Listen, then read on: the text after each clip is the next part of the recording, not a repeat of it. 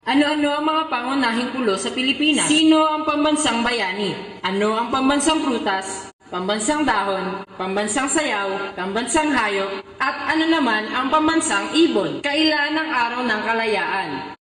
Anong lugar ang itinuturing na summer capital ng Pilipinas? Saan sikat ang pulo ng Bohol?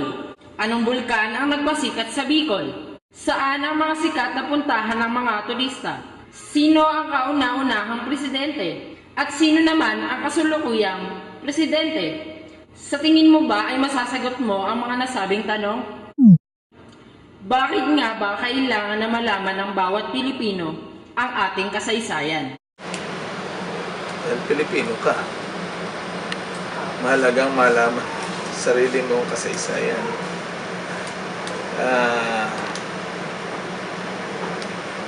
Bilang tao, di ba mahalaga yung pinanggalingan mo, na alam mo kung saan ka galing? Kung bayan, di mas mahalaga yun. Mas marami yun Di ba? Isang lipunan kayo Yung ang individual, mahalagang malaman niya yung pinanggalingan niya. Mahalagang malaman niyo kung sino yung mga tao na naging kasama niya sa buong buhay niya. Ganun din ang sambayanan na dapat ay alam niya kung ano yung pinanggalingan niya, ano yung karanasan niya. Kasi kapag di mo maalala karanasan mo, lagi kang back to square one. Balik ka dati. Balik ka sa dati. Wala kang pagunlad. Yun ang kahalagahan ng kasaysayan. Hindi lang para sa mga Pilipino, kundi para sa sangkatauhan.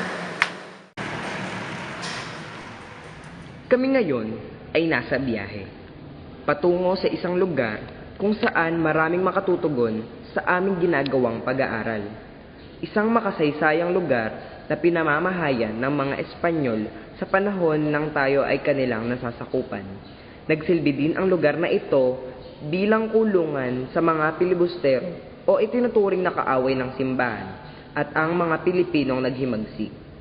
At isa na nga dito ang ating pambansang bayani na si Gat Jose Rizal, na siyang nagsiwalat sa mga kalokohang pinaggagawa ng mga Espanyol sa ating bansa. Ang lugar na ito ay ang Intramuros. Samahan kami sa paghahanap sa mga tunay na Pilipino. Sinasabi, ang kasaysayan ng Pilipinas ay isa sa pinakamahalagang bahagi na dapat malaman ng isang Pilipino. Dahil may lalahad dito ang mga pangyayari na siyang tumulo sa pagkatao at mga gawain na nagbibigay kahulugan sa pagiging tunay na Pilipino. Bawat kilos, gawin at pamamaraan ay may kinalaman sa ating kasaysayan. Ngunit, paano nga kung ang mga bagay na ito ay unti-unting nakakalimutan ng mga tao sa kasalukuyan? Ano ba ang pinakamalaking pulo sa Pilipinas? Hindi, joke lang. So,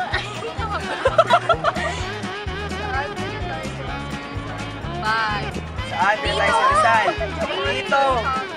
Ayan, ano na mo yung question? Ano ang pambansang tao? Isang dahon. 4, 3, 2, 1. At Pinakamalaking pulo sa Pilipinas. longest serving president of the Philippines. 5. Gloria Macapagal. Buo ng ilang pulo. 10,000? 1,000? Kuya, presidente po kasi siya. Sige po, Pinoy po, presidente po. Ano ang ibig sabihin ng pambursa? Gomez. Tapos. Burgos. Tapos. Zambales. Kapag ang isang tao nakalimot sa kasaysayan, ang ibig sabihin lang niya ay nakakalimutan niya yung isang mahalagang bahagi ng kanyang pagkatao. Dahil kung titingnan mo, tao lang talaga ang may kakayahan yan. Walang hayop na may kakayahan para malaman yung mga nakaraan niya. May nakita ka na bang tao na nakatala ang napagdaanan niya? ang kabuluhan ng kanyang buhay ay naitala niya. Wala kang, makikita ka bang hayop na ganun? Wala. Tao lang ang may kakayahan na gawin yan. Kaya nga, ang sabi ko lagi, mas alam mo ang kasaysayan, mas malalim ang pagkatao mo. Dahil mas nagagawa mo ang isang bagay na tao lang ang kayang gumawa. Doon mo malilinang ang pagkatao mo pag ginagawa mo yung mga bagay na tao lang ang kaya. Yung kumain, yung matulog, yung magpahinga, ginagawa yan ng hayop. Yung maalala, specifically, lahat ng detalye ng kanyang nakaraan, kung ano yung mga napag-aralan niya, hindi kaya ng hayop. Tao lang. May nakita ka bang hayop na nasa paaralan? Isang elepante na graduate ng elementary? Isang unggoy. Di ba? Na nagpakadalubhasa sa Abogasya. Di ba? Isang buhaya na naging arkitekto. Wala, di ba? Kasi hindi nila kayang maalala ang nakaraan. Hindi nila maipon yung kanilang karunungan. Hindi nila kayang gawin yun eh. Ang tao ang kayang gumawa nun. Kaya kahit ano ang galing mo, napakamahalaga na naalala mo ang nakaraan dahil yun ang mag-iipon ng galing mo. Pagdating ka dun sa pinuntahan mo, mahalaga pa rin na marunong kang lumingon kung saan ka naging galing, kung saan ka nagmula. And I think mas madali ka makakarating kung saan mo man layo yung pumunta, kung marunong kang lumingon kung saan ka nagmula at kung saan ka nanggaling. Isang pagtanaw sa nakaraan na magbibigay ng liwanag sa iyo kung paano ka rin makakarating dun sa destinasyong gusto mong puntahan. Parang ganito, kung sumakay ka sa jeep, saan po kayo bababa? Sa PUP po. Knowing PUP and its destination, dapat alam ng driver kung saan ka nanggaling. Otherwise, kung hindi niya alam, hindi niya makakalculate kung anong fare matrix ang i-apply sa tao. So, napakahalaga na alam mo yung pinanggalingan mo at kung saan ka patungo. Napakahalaga. Kulang sa turo. Kulang sa pagpapaalala sa mga kabataan na mahalaga ito. Hindi na nare-realize ng mga kabataan yung halaga kasi hindi na ituturo ng mga nakakatanda. Kung maituturo ito ng mabuti at may papahayag ng tama, aba, magkakaroon ng pagpapahalaga sa kasaysayan para maging magaling ka na bayan, maging magaling ka bilang isang tao. Unang-una, kailangan maging marunong ka sa kasaysayan. Napakahalaga niya. Malinaw na dahilan kung bakit maraming Pilipino ang nakakalimutan sa kasaysayan. Yun, kagaya ng sinabi ko kanina, hindi ko kasi makita ngayon yung tangible, yung malinaw na influence or malinaw na paglalagay, pagkasakatuparan nung mga kursong ito or mga subjects na ito na inuumpisahan nila at a very young age. Sana ituro ito mula grade 1 hanggang grade 6 kasi even panatang makabayan, panunumpa sa watawat, hindi kabisado ng bata. Dahil walang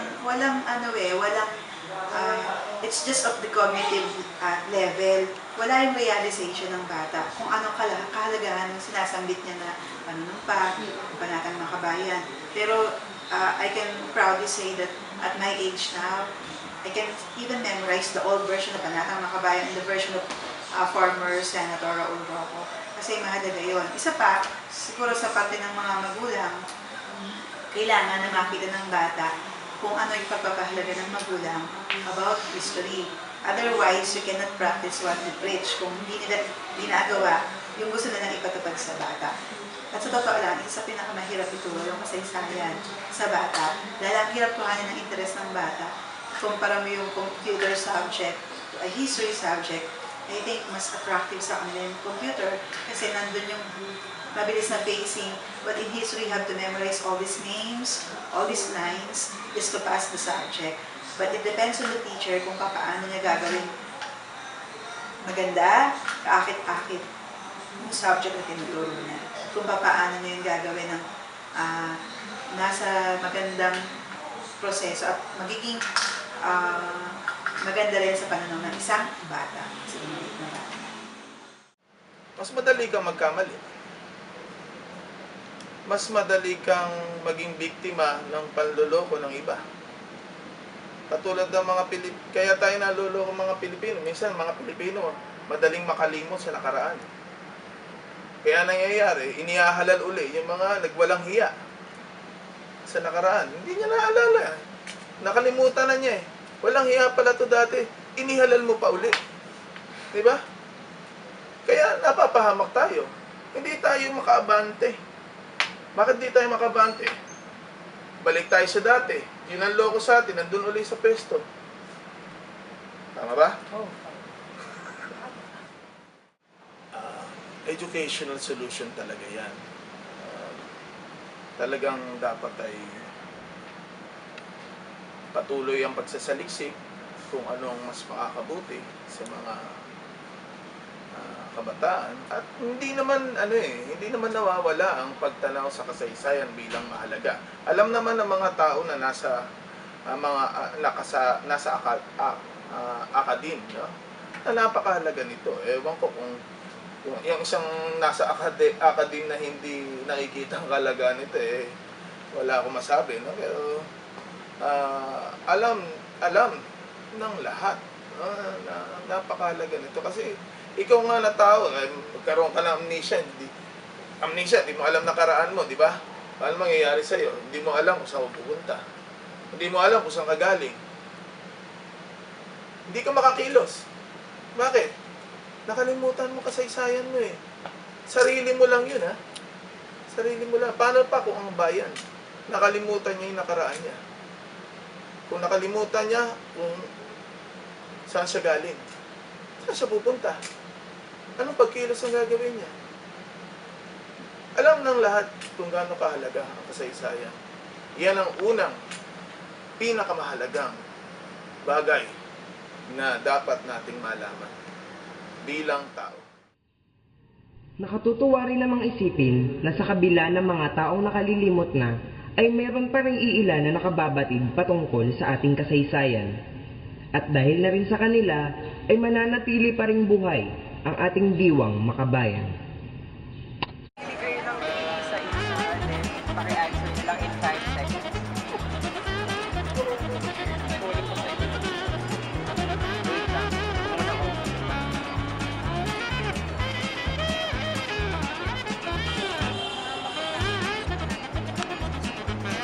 Dito masusukat kung Pilipino ang isang tao. Okay. Ikaw muna. Ako. 5, 4, 3. Ano ang pambansang dahon, anahaw? Ano ang pambansang awit? Ano ang ibig sabihin ng department? Pakibasa na lang po ng malakas yung question. Pakilakas din po yung answer. Ano ang pambansang dahon? Anahaw. Isa pa.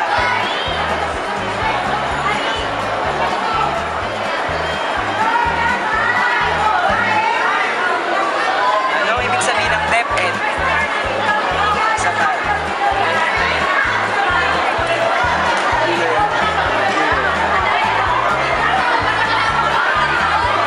Longest serving president of the Philippines. Last question. Presidente po ba si Ninoy Aquino? Ninoy Aquino. Hindi. Last question natin. Pinatay si Rizal. Tingin niyo kuya, saan pinatay si Rizal? Sa Luneta.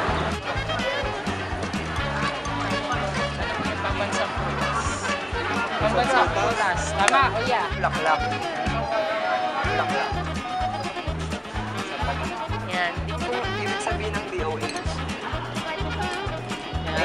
Naks ate, hindi. Go na go. Ano ang sinisimbolo ng kulay pula sa ating batawan?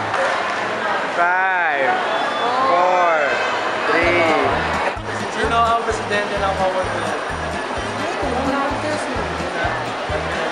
Ano, saan sikat ang Bicol? Capital of the Philippines, national capital of the Philippines. Which one? Ano nga? Which one? Manila. Yes. Ano, ano po ang ating pambansang awit? Ba't ka sa Panginira. Hindi mo alam. As a social being, Filipinos are naturally masayahin, makajos, they are hospitable, or warm people, at saka meron silang mataas na pagpapahalaga sa pamilya. At iyon ay parte na ng kasaysayan ng Pilipino at ng Pilipinas na tayo, kahit mahirap ang buhay, kaya natin gawing masaya yung pang-araw-araw na pamumuhay natin. Maka-Diyos, bata pa lang tayo, tinuturuan tayo magdasal, malaking bagay, malaking pagpapahalaga ang binibigay ng mga magulang natin sa pananampalatayang Kristiyanismo, pagsisimba tuwing araw ng linggo, pangingilin sa mga araw na dapat ipangilin. Ganoon din naman, ang mga Pilipino ay very accommodating, hospitable in a negative way and also in a positive way. In a negative way kasi minsan kahit wala tayong pera, kailangan maghanda dahil fiesta. In a positive way, hindi tayo nagdadulot ng tulong sa iba, especially in time of trouble or crisis or calamity times. Now, when it comes to family, ang mga Pilipino ay family-oriented people. Mataas ang pagpapahalaga sa pamilya. In a negative way, kasama dun yung pagkakaroon ng extended families, may asawa na, nakasidi sa magulang, hindi nagkakaroon ng pagkakataon to grow on their own. In a very positive way naman, mataas ang pagpapahalaga natin, especially sa mga elderly, sa mga matatanda. Tinuturo sa atin kung paano kumalingan ng mga magulang natin, and then hindi tayo nag-entertain dun sa idea na kagaya ng mga Western culture that they send their elderly to home for the aged. Ayaw nila tayo. Okay. I think psychology and sociology, even history, has interrelationships. Sociology is our society itself. Meron siyang sariling kasaysayan, gayon din ng psychology. This is a scientific field of study about human behavior and our mental processes. Now, pareho silang may kasaysayan at meron silang kaugnayan sa isa't isa. Pareho ang society, ang sociology, ang history, ang psikolohiya, we deal with people. Hindi bagay, hindi puno, hindi halaman. Very fragile yung orientation natin because we deal with people. These people are human beings. These people are dynamic. They are capable of changing. They are capable of learning and growing. Now, I think in psychology perspective, meron tayong tinatawag na nature and nurture debate. So when it comes to nature, it refers to the biological inheritance of a person. What you have acquired from your parents through genetics or through chromosomes, etc.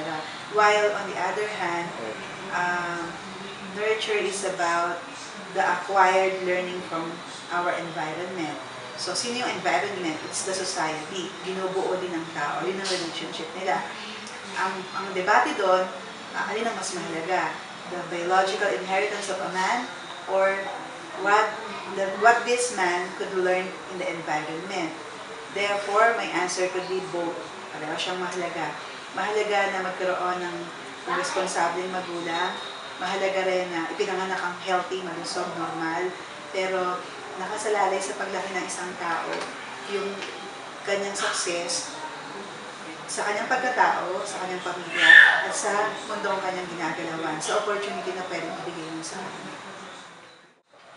Well, history subject could be more attractive to students if they will see that the teacher is well equipped with the knowledge and the competency of sharing what wisdom or experience na meron ng teacher na yon.